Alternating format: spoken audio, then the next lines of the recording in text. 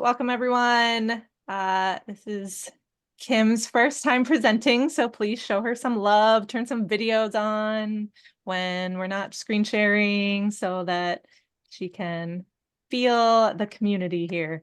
But I know she has an intro in her presentation, so I'm not going to completely introduce you, but Kim, she graduated from Ithaca a few years ago and is now working in the Big Apple, New York City at Assembly, which is a post house. And spoilers, she wanted to be in post-production, editing, that kind of stuff. And so she is in an entry-level position that many companies have if you are looking to get into post-production and editing. So this is kind of like talking about entry-level editing positions tonight. So after she talks about what she does, if there's anyone here who has other experiences at other aspects of the industry who would like to share how they got started, I think that would be really good as resources for everyone here to understand. There's so many different entry points into editing and kind of like how everyone found their way. It's really difficult because this is kind of like the most popular thing everyone in post-production wants to do. So how do we like make our way into this field? So Kim, it's all yours. I'll look at the chat and see if there's anything comes up. Okay. Thank you, Shayna. So hi everyone. Yeah, my name is Kimberly. You can call me Kim. And today I'll be presenting about data I/O technicians. So let me share my screen. Okay, can you guys see my screen? Cool. All right.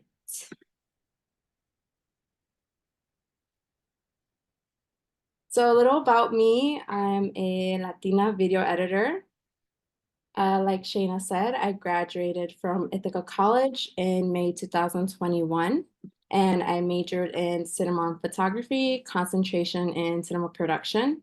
So while I was in Ithaca, I got experience in pre-production, production, and post. But because I knew that I wanted to get into post-production specifically, I took on as much editing and post-production roles as possible for student projects whenever that was an option, as well as did as much post internships. There we go. Okay. So I attended the Ithaca College Los Angeles program in fall 2021. I originally was supposed to go in the spring semester of my senior year, but COVID happened like the year before. But luckily, they let recent graduates attend the program in the fall semester following graduation. And I always wanted to go to California to see what it was like and see if I saw myself living there. And so I attended it and I loved California, but I realized that it was pretty expensive to live in Los Angeles and you definitely need a car over there. So once the program ended, I came back to New York City and worked as a freelance video editor for a couple months. And then I began job searching. So while I was job searching, I applied to video editing roles at several companies. So I was specifically, in Google search, LinkedIn, using the keywords video editor, editor, post editor. And I got some interviews, but they either looked for more experience or I didn't hear back, like the typical job searching things. So after a while, I realized that I should probably expand my job search to include other roles. So I began applying to be a runner, a production assistant, and to work in the office mailroom, just because I was like, maybe I could get my foot in the door through there and start meeting people that way. And then Shayna posted in the Parkco Slack that there was a job opening at a post-production house in New York City. So when I saw that message, I was like, I live in New York City. I want to get into post-production. Let me message Shayna to find out more information about this. And so that is when she told me that it was a data IO technician position.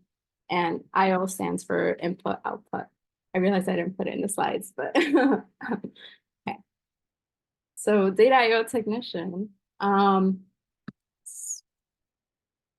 So some of the things that the job posting stated is that it would require understanding post-production workflow, being detail-oriented, ingesting project footage and materials into directories, and managing the data before artists worked on it all the way up to delivery.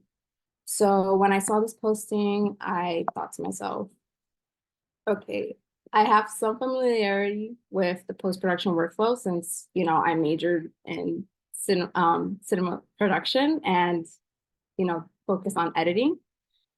I also realized that I had experience being a data wrangler on set for student films and internships. If you don't know what a data wrangler is, it's the person who takes the memory cards from camera and audio equipment once like they're full or if a new one is being used. The data wrangler would get those old memory cards and copy them into hard drives. And then once the copy is done, just confirm that all the footage has been successfully transferred over. And then once that is done, you would wipe the memory card so that way it can continue being used in the film shoot. And I also saw that I knew some of the programs mentioned, such as Adobe Creative Cloud and DaVinci Resolve. So I thought to myself that this would be a great opportunity to get my foot in the door. So I therefore applied to the position. I got an interview and then afterwards I got hired. So now I currently work at Assembly. So I'll go to their website. Assembly is a post-production studio that offers color, visual effects, editorial suites, and daily services. Let's see, some projects that Assembly has worked on that you might have heard include, let's start with The Last of Us. So the Assembly VFX team did VFX work for this show. These are some of like the companies that we've worked with. And here are more shows and films that the visual effects team has worked on.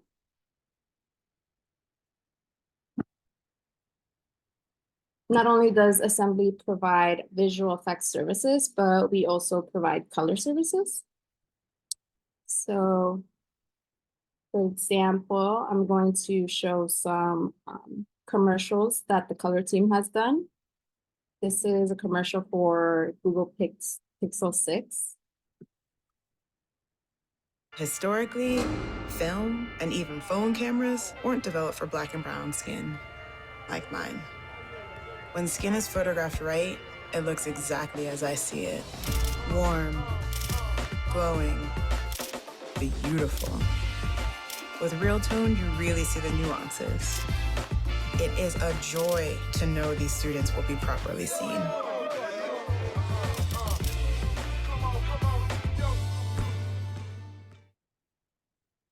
And I'll show one more commercial that the color team worked on. This is for Smart Communications with Chris Evans.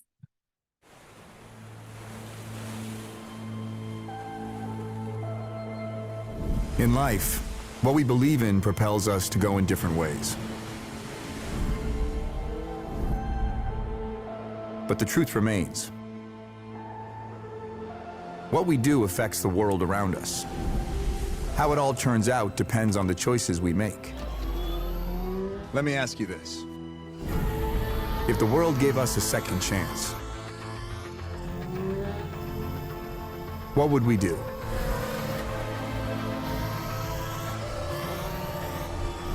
Should we do good? Or should we do better?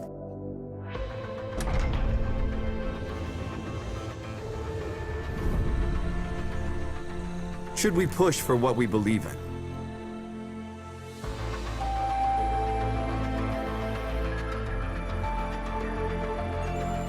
Should we empower others to speak and have their voices heard?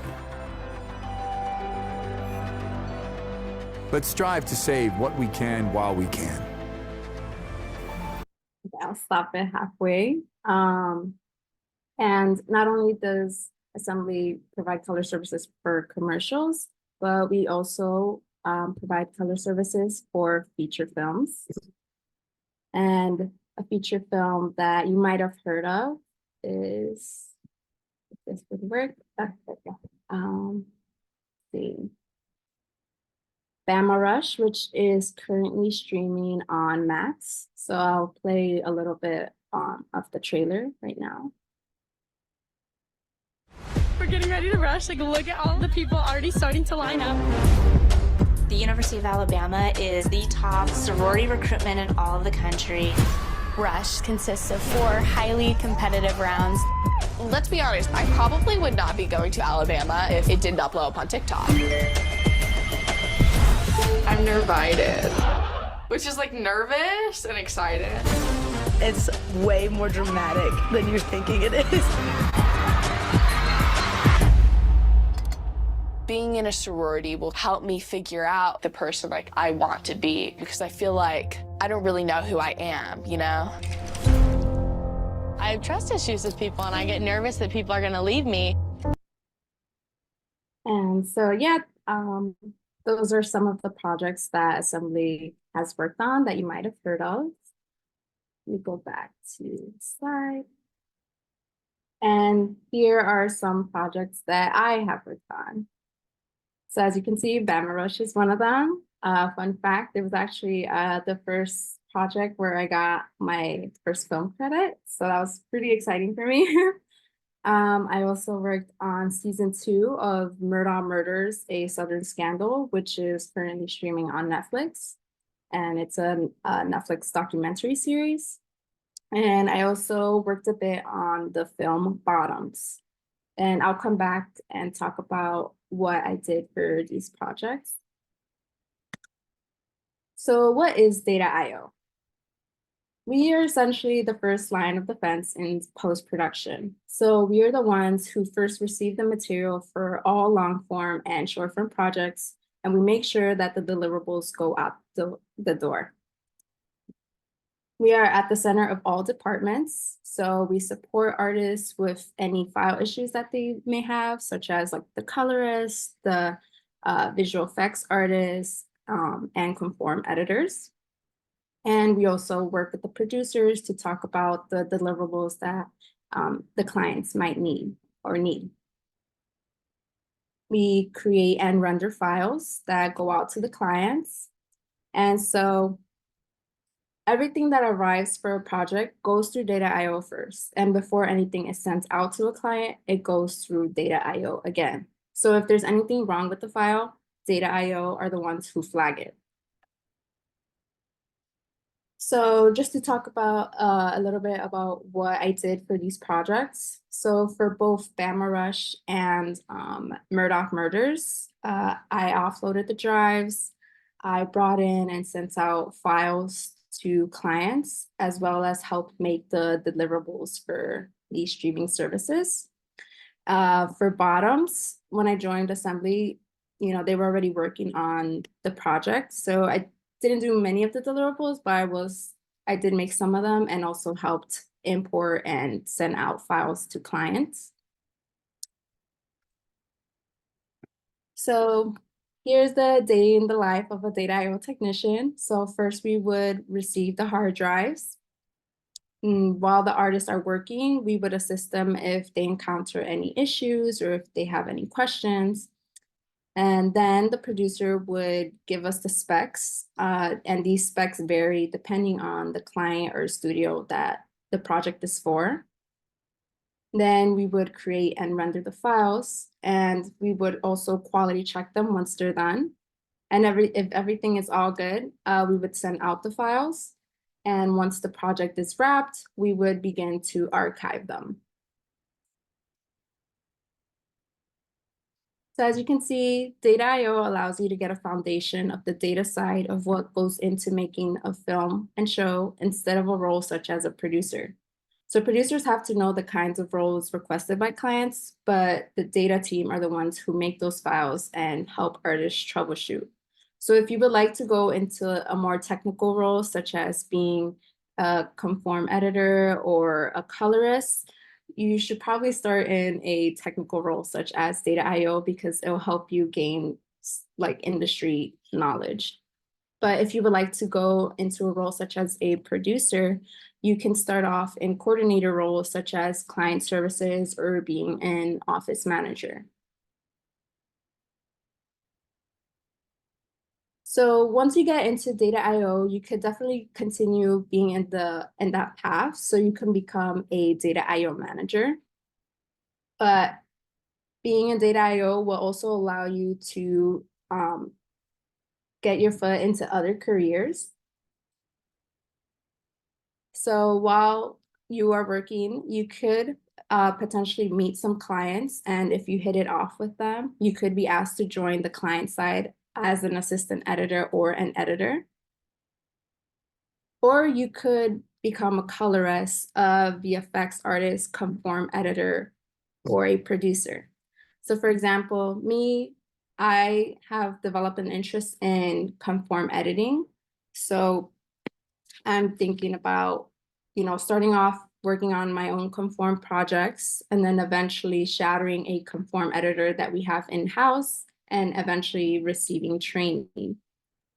Do you want to explain what that role is in case someone doesn't know? Oh, yeah. So a conform editor helps bring projects from lower resolution into higher resolution.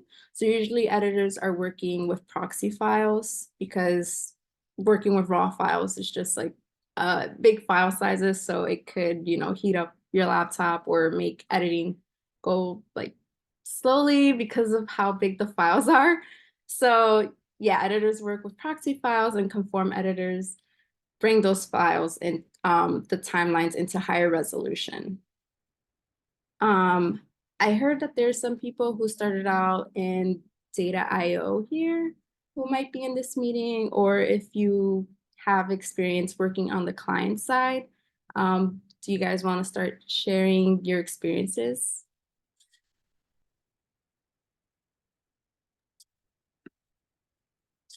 I You mean, want to stop sharing? Oh, sure, sorry. Right. I could share a little bit because I did very similar jobs when I first started out working.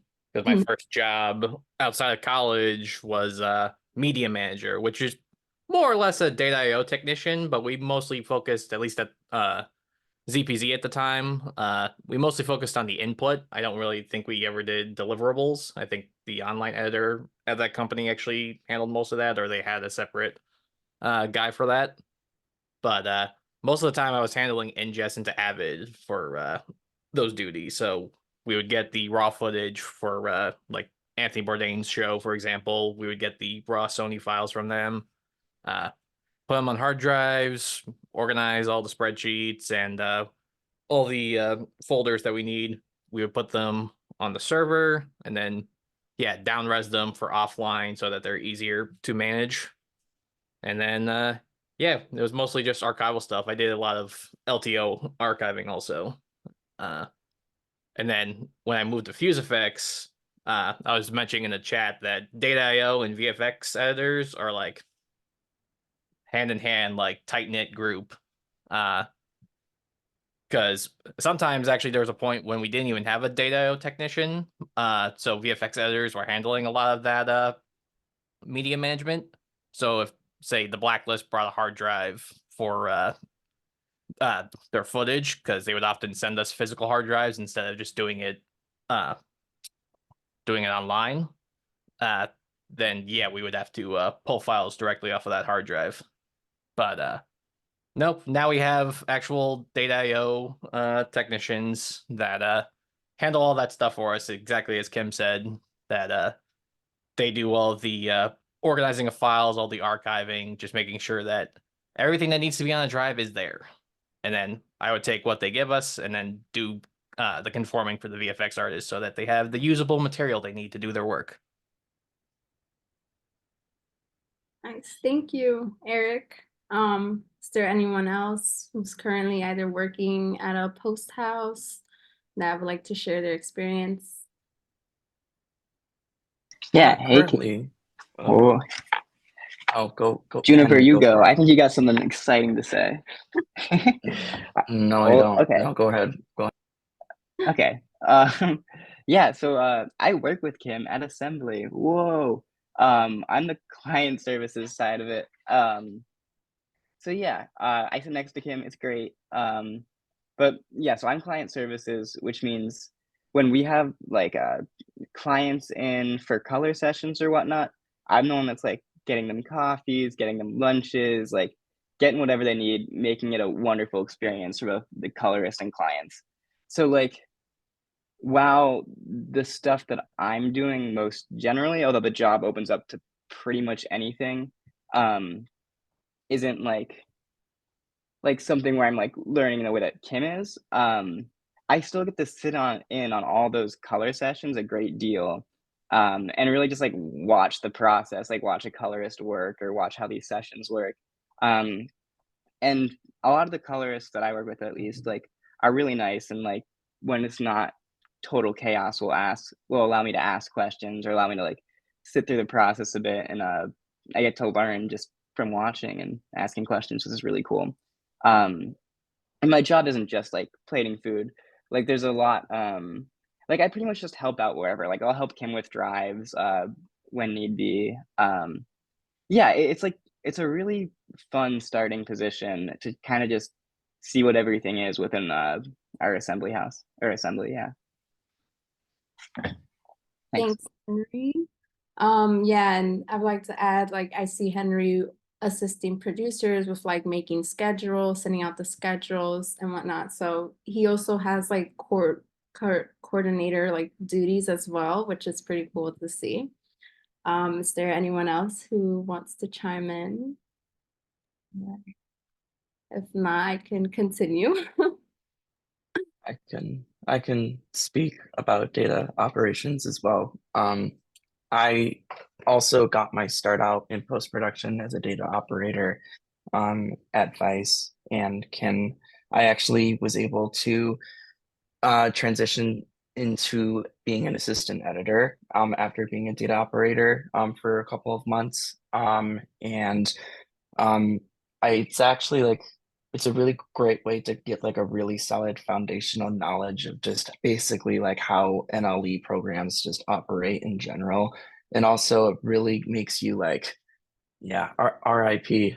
It's officially over this week. It's officially over. Yeah, we're all getting drunk on Saturday. But this is a school setting. Yeah, like data operations is like it's really vital. And also it's like quite literally can like make your entire show just like disappear off the server if like you like if like you piss us off, or if you're very mean to the data operations people. So yes it is, Brad. Yes it is. I will make it be lost to iconic for forever. I will delete it off the AWS server. But yeah, it's really actually you'd be surprised at actually just like how much work there is to be done in a data operations department. It's actually very time consuming, and also really important, because if you make one really big mistake, it just creates huge problems for everyone down the pipeline. So it's really not quite hard if you get it, but and it's a great way to kind of just like be learning about post in general, I would say. Thanks, Juniper.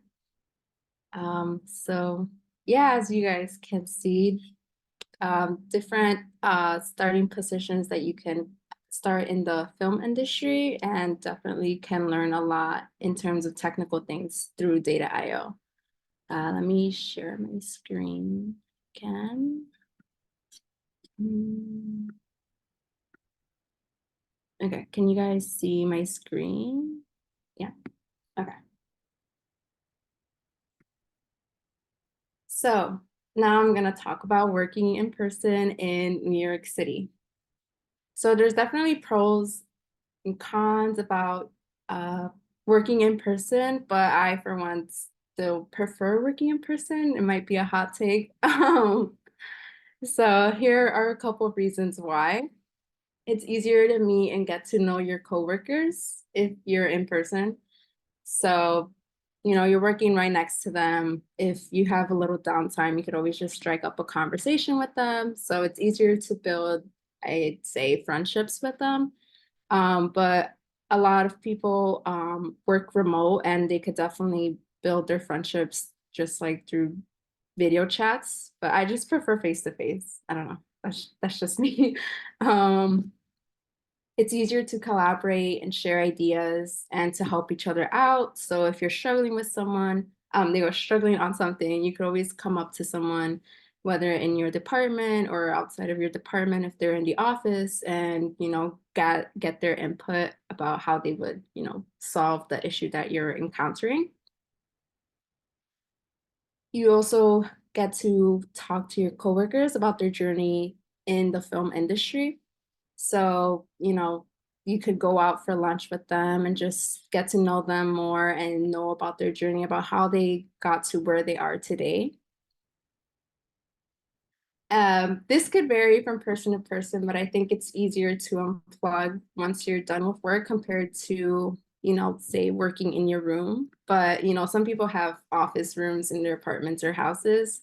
So, you know, they can feel like it's easier to unplug. But for me, I like the transition of commuting back home, because at work, I'm doing my thing, but once I come home, I can relax. But certainly there are days or nights where I continue working at home. But overall, I like that little transition. Oh yeah, a photo to show collaboration. But, you know, working in person in New York City, you know, there's food stands all around you. So buying lunch can definitely add up. So I'm trying to start bringing lunch from home. So yeah, does anybody have any questions? I had a question specifically about what you and Eric were both talking about with handling data and ingesting data. Eric, you mentioned like spreadsheet information. What sort of are you like reading metadata out of this stuff? Like what gets like recorded, and how does that process work? How does that look? And then is there kind of a chain of command for verification of that, or how does that work? I don't know the exact like methodology with all that for our data IO tech guys, because they're very like protective of what they do. But yeah, it would definitely be like a lot of metadata, like all the EDLs that we would get, like just making sure we knew exactly what our structure was. Gotcha. And also just to follow up on that, does the data IO person like manage like multi-pass files, stuff that's moving like art within the post house? Or is that stuff kind of handled by compositors? Like how does that work as far as the data IO is concerned?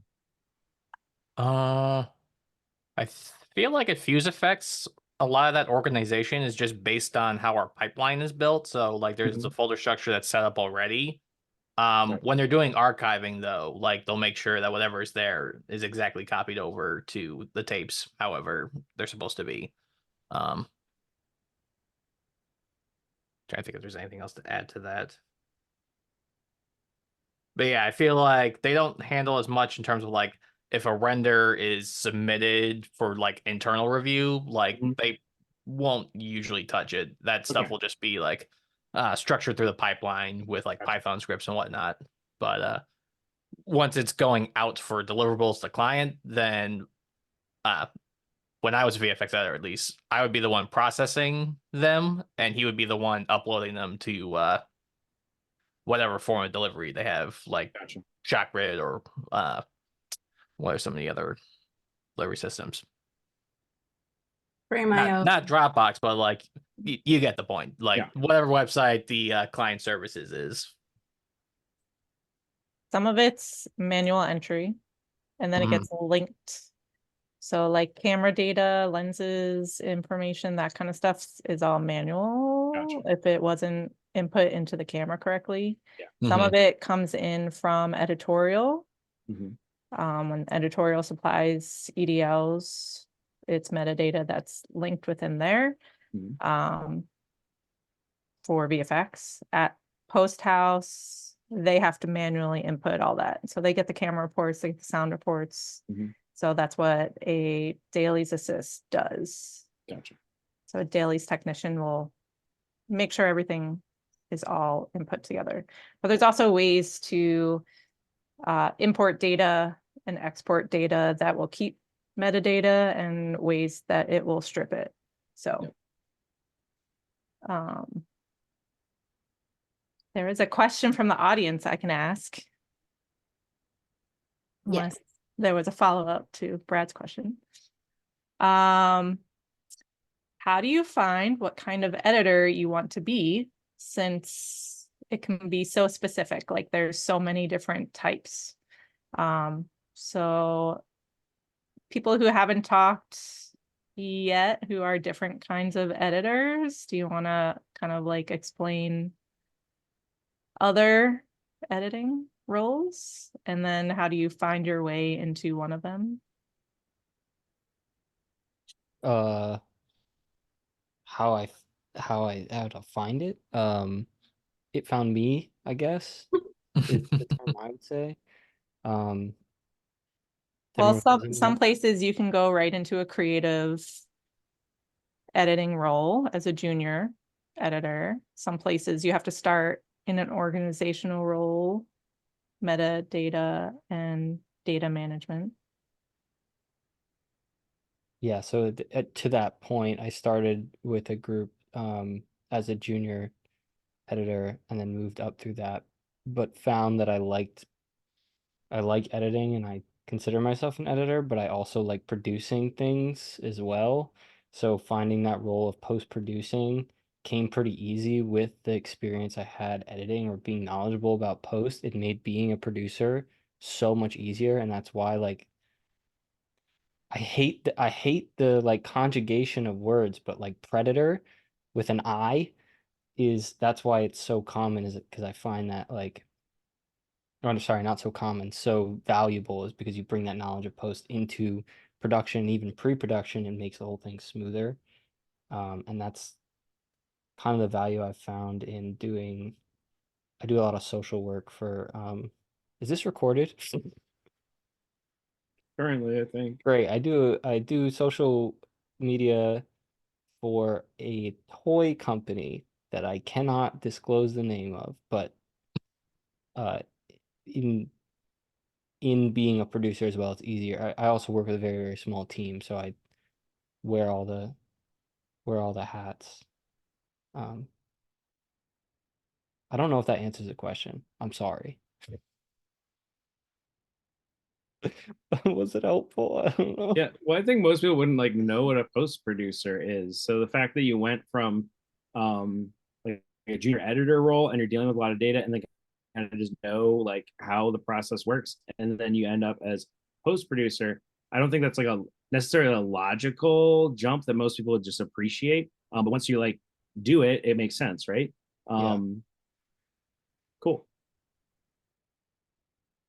I can even mention that like Nick with producing, it also helps going from an editorial role to compositing, as I did this last year, because I just developed more of that keen eye of like looking at details because I would be running reviews with the supervisor. So you start picking up what they look for when they're reviewing shots.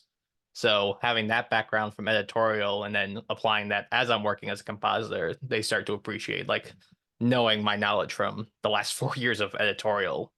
And then the fact that I get very minimal notes on certain shots because I know what to look for.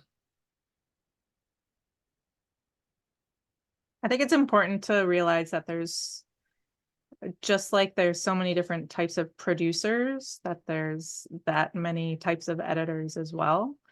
And then it's different, just like producers, it's different if you're on a client side of a project versus a vendor side of the project.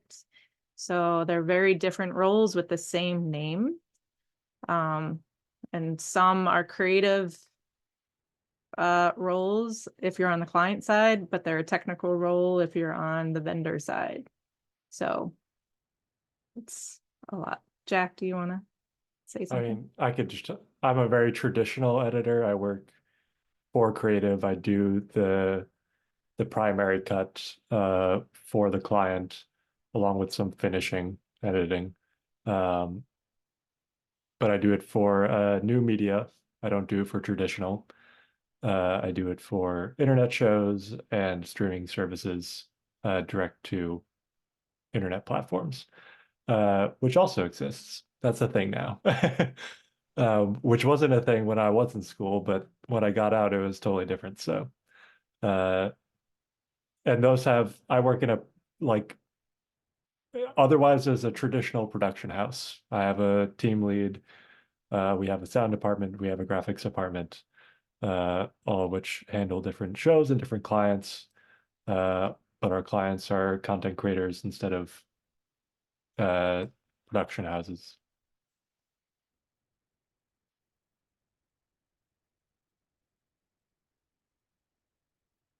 That's all I got. Do you enjoy it, Jack? Oh, I love it. I love my job. My job's great.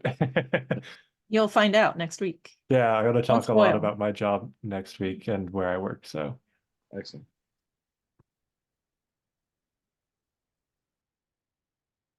Thanks. Does anybody have any more questions? Yeah, in the chat, Vanessa's comment about needing it like a multi-circle Venn diagram to show like overlap of dailies technician, data IO technician, assistant editor, junior editor, VFX editor. Yeah, that would be interesting to visualize this sort of data. And I'm sure it varies too by company and how they operate there specifically.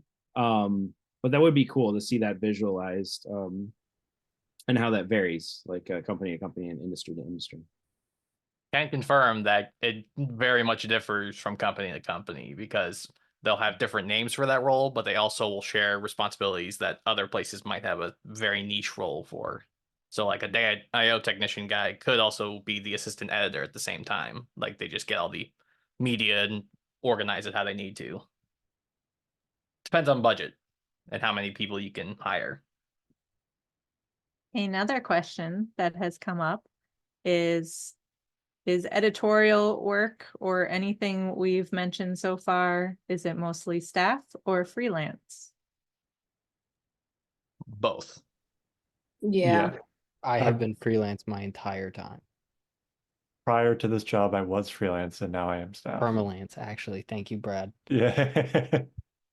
Yeah, my first job was permalance, and then my last job, I should say, as a VFX editor, that was staff. Where I was staff. Yeah. Can you explain what permalance is for people who have never had that kind of role? You want me to explain it? Or anyone? Anyone who's been permalance, talk about it. Well, I've been permalance for 4 years now, 5 years. Different places, but You make it sound like the NAA. What? Would you say? You make it sound like AA. Yes. It's the difference is freelance is usually a project basis or a small amount of time contract. A permalance is where you sign onto a contract. For me, it's like a couple months at a time, and then you get paid almost like a salary, but it's not W-2'd, so they don't take out your taxes, and you have to pay it as taxes, so you're 1099'd. Do your taxes, everyone. Also, keep track of your invoices if you're a freelancer, because you won't have a guarantee of getting any 1099s back, which I experienced last year. And Was it a third of your income that you look to set aside roughly? Yeah, I mean for that it's like you get your paycheck, and then I usually do like 35% of it into like it goes into like a savings account that I never touch, and then when it's time for taxes, you then take last year and this year, the first year I did like actual deductions because I was a sole proprietor, and so then you can deduct things that you spent for your work. So for me, because I work from home, it's like I have my computer and I bought parts for my computer, and then I can deduct that amount from my income, and then you get money back, but it's just you don't spend the money that you already put aside. You have to do it every quarter, or you get charged more at the end of the year. It's Everyone advantageous says that to and do it no one every does quarter. it. Advantageous to do it every quarter. Yes. Don't You have should. Should. Will you? Catch me doing it every quarter? Okay. Absolutely not. Sorry. Do you file quarterly, Shayna? Yes, I do. You're the We one need and to have only we need to then. have a conversation. Yeah. You tell me how that works. Can we Yeah, do you a gotta part let us post know on the quarterly secret. taxes, please? This is recorded. Thanks, Juniper. I said do your taxes, not don't do your taxes. Don't come at me. Do them legitimately. Yeah, legitimately. IRS agent Nick DeGennaro has paid his quarterly taxes That's not ever even my since he's full been a name. sole proprietor. That's not even my full name. You gotta ask Nicholas how Smith DeGennaro. Oh yeah, forgot the middle name. My apologies. That's my last name. It's just hyphenated last. Yeah. It's not tax Whatever. fraud. It's if you Tax don't pay the evasion. government quarterly, then they're at the end of the year, then they're like, okay, then it's a higher it's like an interest rate. Yeah. Yeah. You're keeping more money that you can spend on your own, and then you owe more later. They want to incentivize you. They want their tax income as quickly as possible. So to incentivize you, they give you. It's not an incentive. It's a disincentive to not do it yearly. You're 'cause only otherwise hurting you're gonna yourself. slap on the wrist of like, hey, you could have paid us earlier. And so like then benefits as a permalance employee, it's as if you are just a freelance employee. So permalance is just the nature of kind of the running renewed contract, but essentially you're operating as freelance, and so all expenses, health expenses, like you said, computer expense stuff that can be deducted and stuff too, which is great. But yeah, it all falls on you. So the that is flexible though. And I'm imagining most people who are freelancing have like, how do you deal with health insurance? It's a good question for somebody who is new to the freelance world and how they would deal with that. You pray that you don't turn 26. Oh, okay. Got it. Uh-huh. Yeah. I mean, when I was permalance, I just paid my own. Like, Yeah. I just signed up for my own. That was it. You can do that too. Once I became staff at Fuse, then I was just riding whatever they were doing. There's a thing also with permalance where I find like because the place that's employing you, it doesn't have to pay your taxes, and they don't have to pay for your benefits and stuff. You can negotiate a higher rate to then get more money out of them, and then you can then use that to do your other things. Like that's what I do because I have to pay for my subscriptions and my, X, Y, and Z that I have to pay for out of pocket. Yeah, and that's a good point too. You're permalance for a reason, is they had you on a short contract. You did a great job. They want to continue to renew you. So yeah, being open in communication. And you usually bring that up to your direct supervisor, or like how do you discuss those things? I have a team of like 6 people total. So, and the guy who's like at the top is like more of a friend than a boss. So it's like a conversation of, hey, I deserve this because of this. And he goes, yep, sure, agreed. And then he'll give me money. But that's a very rare. Yeah. situation. And obviously you don't want to like, you know, willy-nilly be like, I want more money just because I want more money. And then, be- yeah, to be renewing that respectful. contract gets less and less attractive, right? Yeah. Right. Anyone else work in an industry we haven't touched on yet? So I don't know, Chris, if you want to talk about your stuff. Hi, yeah. Mostly for me, it has just been a lot of corporate stuff. So I started out doing pharmaceutical type content for two different companies. That was Permalance did that. Um and I did not really love the whole Permalance setup. And now that I'm approaching 26, I found my way onto like a 150 person editing team.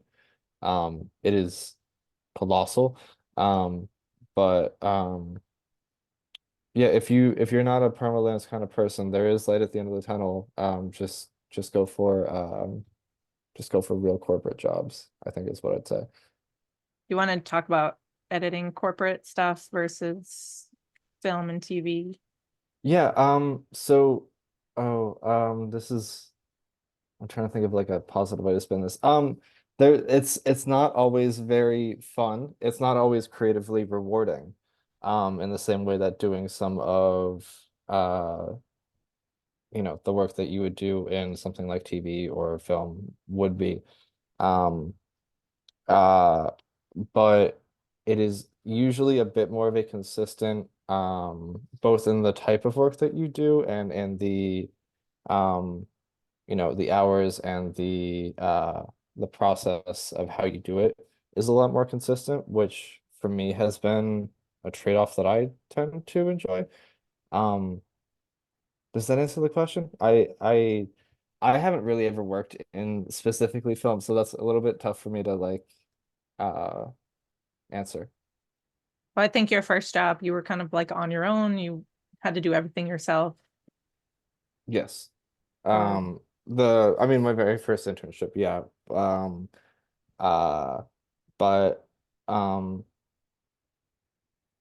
from my very first like inception onto it, yes. And then from there it was a little bit more guided throughout.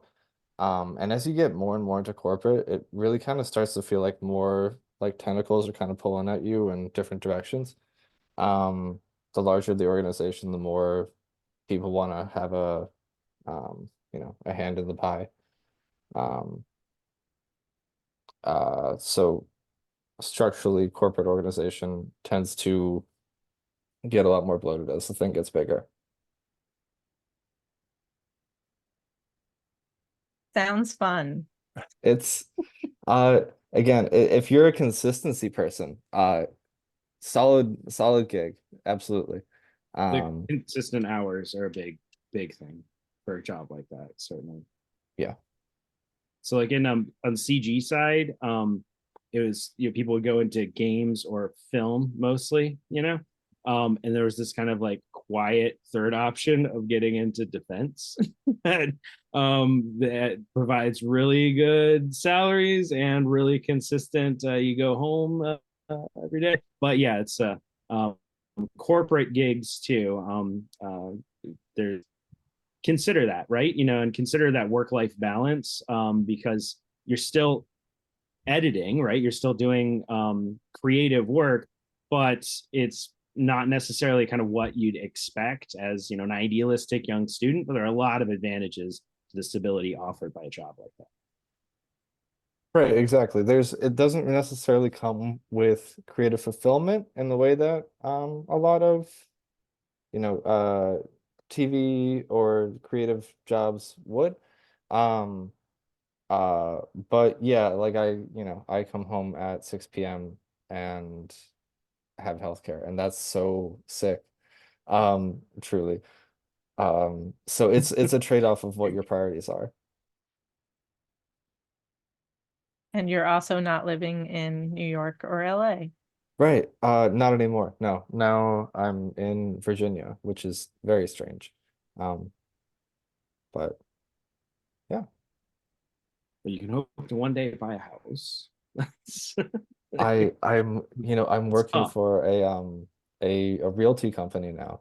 And because the realty company is based out of the city that I work in, realty prices are insane here. It is the smallest town to be on like the top 10 hardest to get or top 10 most expensive houses per capita in the US.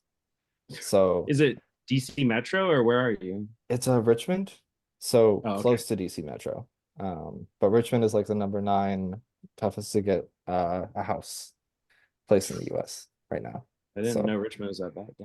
yeah, it's up and coming, which plays a role in it. It's a whole thing that I'm learning all of the terrible little things that are happening here.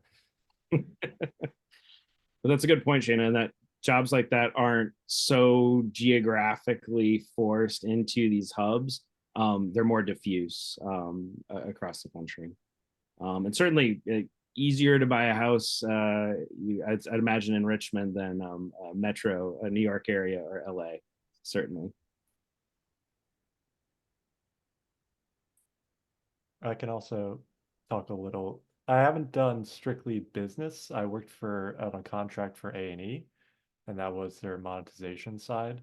So that was their socials, which was doing cut downs of pre-existing video. So, and there I was an assistant editor. But I've worked with Nick and Connor Duffy, another housemate of mine, on corporate video before for pharmaceutical companies and toy companies that can't be named. Though that video's out, that video exists. But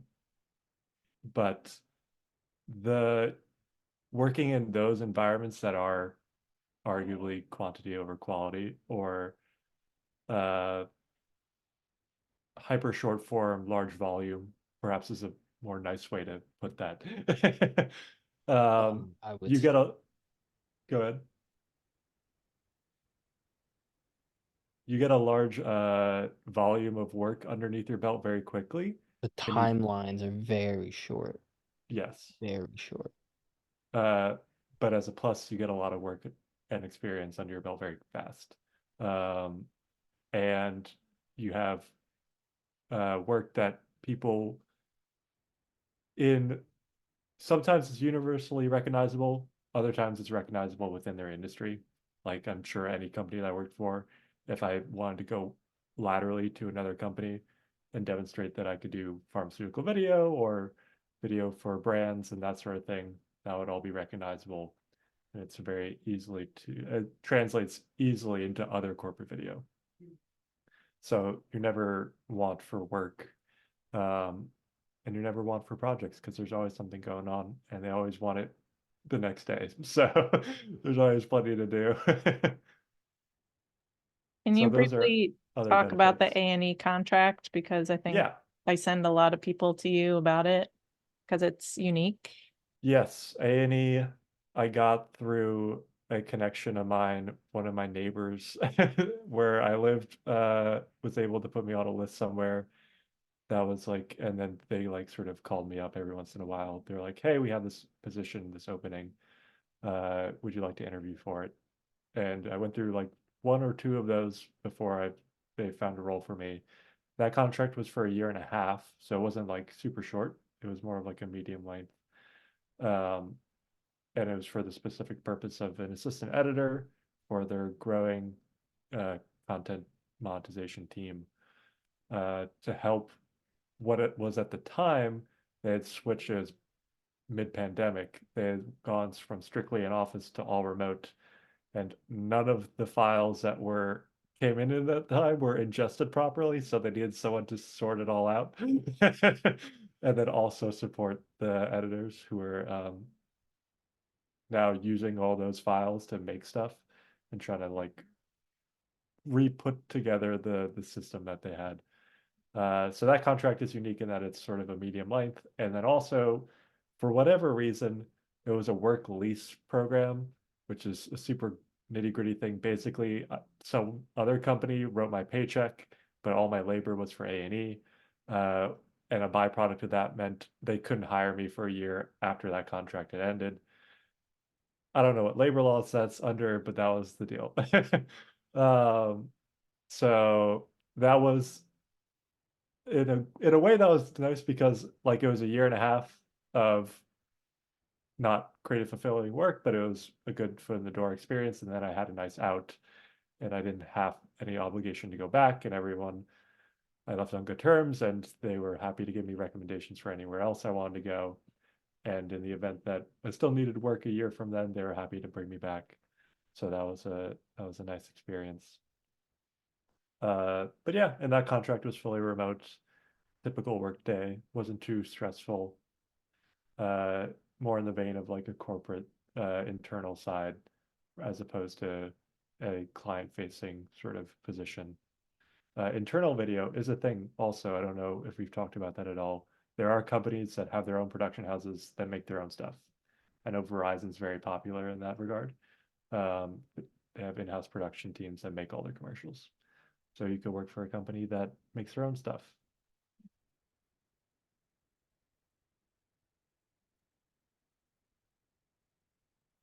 All right. Well, thank you guys for joining me and for discussing about your journey in the film industry. So yeah, as you can see, there's different ways that you can start off in the film industry, some roles that you may not even have heard of, but just be open to, you know, going for those roles and making sure that you relate like your experience into the position, because there's always some like skills that you can translate into those kinds of jobs. And yeah, thank you guys for listening. Yeah, I think when I sent her the job description, I don't think you knew what the job was. You're like, I don't know if I can do it. It sounds very technical. And then we like went through the job description together and you're like, oh, I know all those things. I've just never put that together as a job. Yeah, so definitely, yeah, just go over the description and start, you know, correlating your experience with job posts. Yeah. Cool. Thank you very much, Kim. You did a great job. Thanks, that was great. Thanks, guys.